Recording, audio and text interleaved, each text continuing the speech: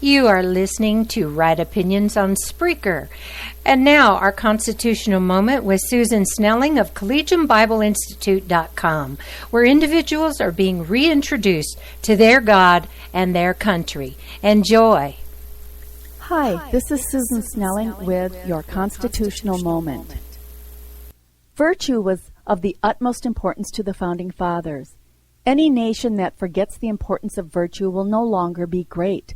George Washington said, "Religion and morality are the essential pillars of civil society. Without those pillars strong and center, the structure will crumble." Religion and morality are constantly under attack in America. The pillars are chipped away at until they can no longer support.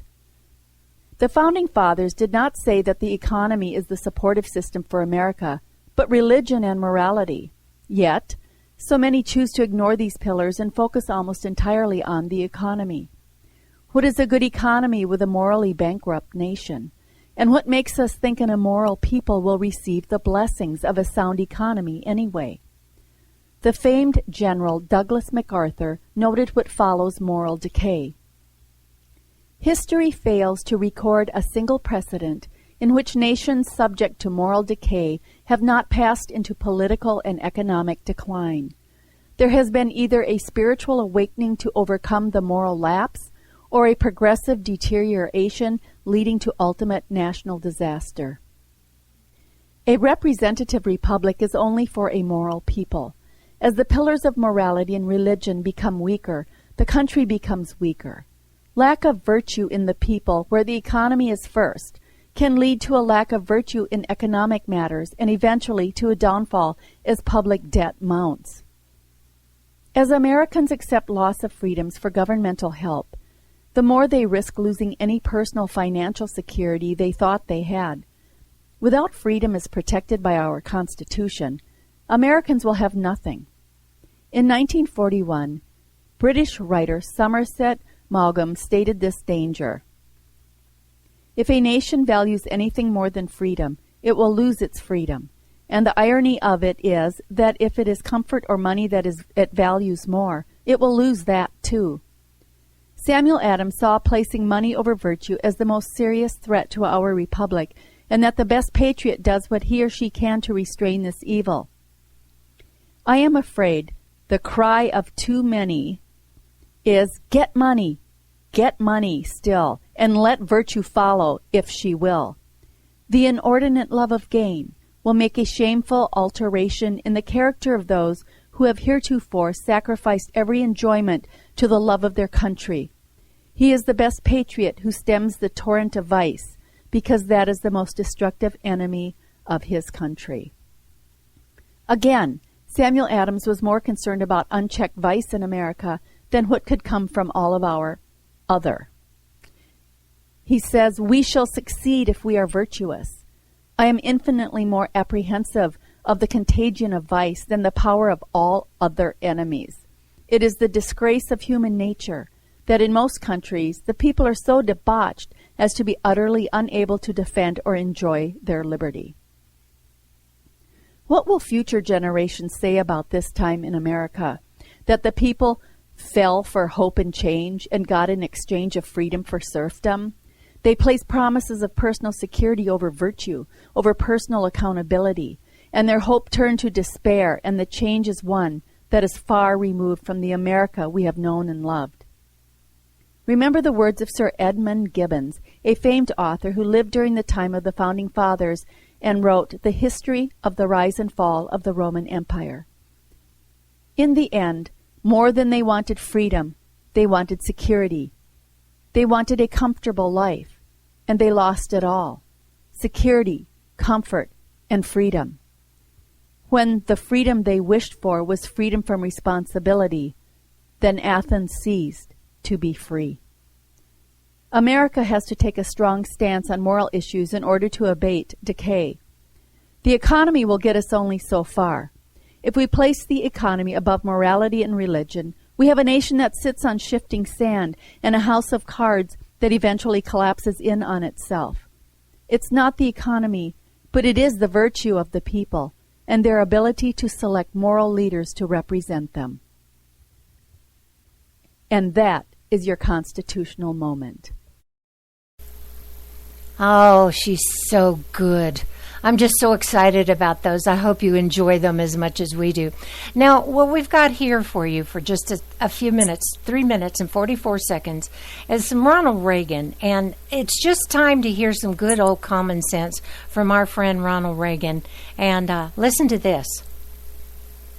In this present crisis, government is not the solution to our problem. Government is the problem.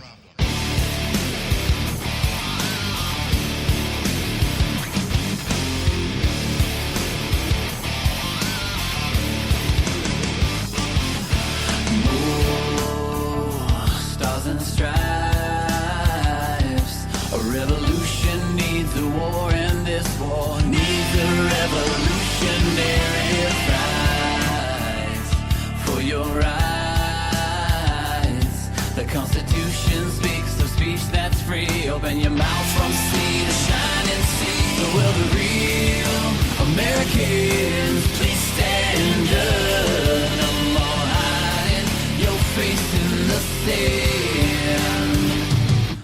Will the real Americans please stand up? Divided we're falling, but united we'll stand. Well, I think it's time we ask ourselves if we still know the freedoms that were intended for us by the Founding Fathers. Senate rights. When politicians take from you and me the very liberties that set us free.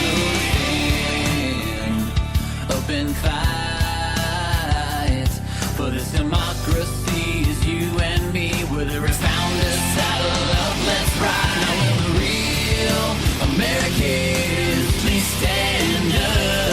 No more hiding your face in the sand. Will the real Americans please stand up?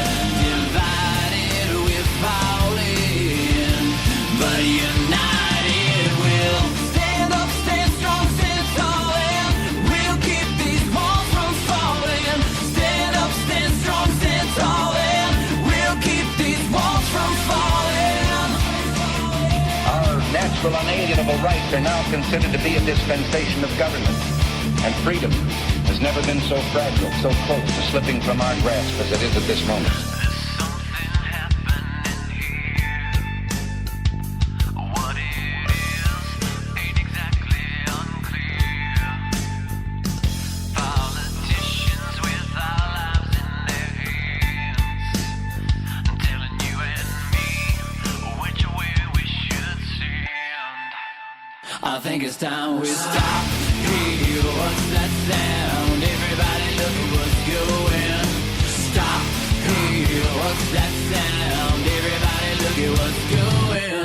Stop. Hey, what's that sound? Everybody look at what's going. Stop. Hey, what's that sound? Everybody look at what's going. And so, my fellow Americans, ask not What's going down? what your country can do for you, ask what you can do for your country.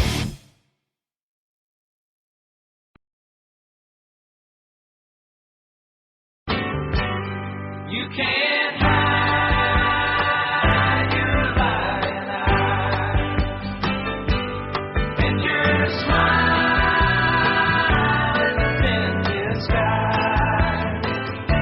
I thought by now you'd realize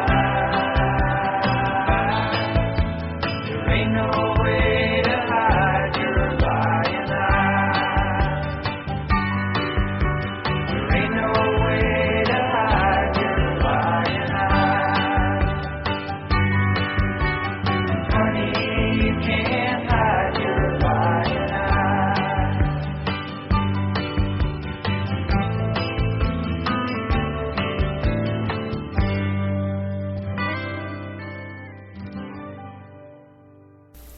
Can't hide those lion eyes. Welcome back to Spreaker. We are Right Opinions, and you can hear us every Thursday afternoon from 2 until 4 Eastern Time, but we have a network. And Sunday evening from 7 to 8 p.m. Eastern, join John, George, and Mark for Patriots on Wheels. Monday evening, join Glow and Adrienne, the Sisters for Freedom, from 7 to 9 p.m. Eastern Time. Tuesday evenings, join Liberty to Go with Dawn and Brandon at 7 until 9 p.m. Eastern. Wednesday nights, enjoy from 7 to 9 p.m. Eastern Time, John Matthews with the Conservative Syndicate. Thursday evenings will soon be airing Homefront with Cynthia Davis from 7 to 8 p.m. And Friday nights, we feature Dr. Robert Cardoso live from 7 to 9 p.m. Eastern. So, welcome back to our show with Roland, Mary, Mona, Teresa, and I'm Marcia. And now we're in our segment where we hear you. And we want to play this clip from Judge Jeanine because this is what we're going to be discussing in this segment. Listen to Judge Jeanine Pirro. Hello and welcome to Justice. I'm Judge Jeanine Pirro. Thanks for being with us tonight. Tomorrow, Hillary Clinton announces her candidacy for President of the United States. And I want a woman president. And given our current president and all that we've been through, I want someone who says what she means and means what she says. I want someone who understands and respects the Judeo-Christian ethic upon which this country was founded. I want someone who cares about us, someone who cares about the American people. Hillary Clinton is not that person. She is only out for herself. It's never her fault. It's all about convenience. She didn't know. And in the end, what difference does it make?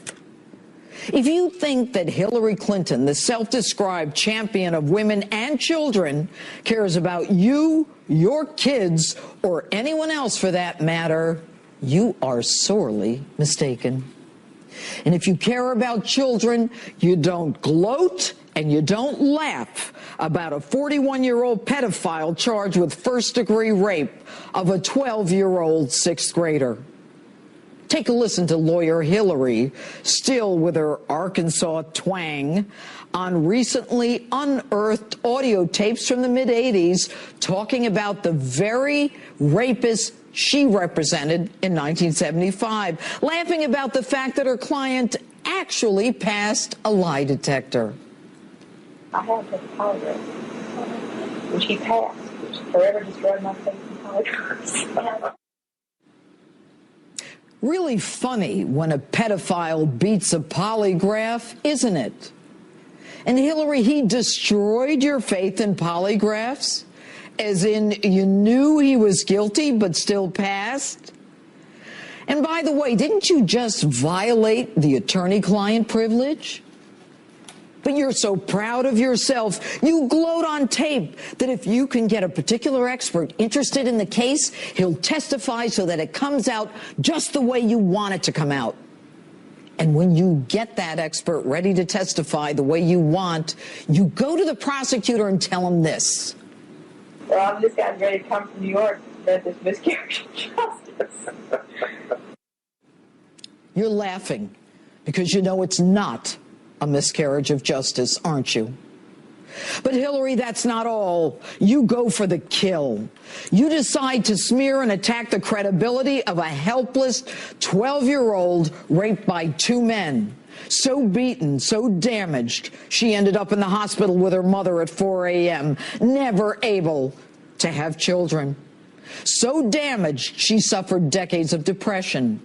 So damaged that at the tender age of 13, she tried to kill herself. In your papers, Hillary, you say without any proof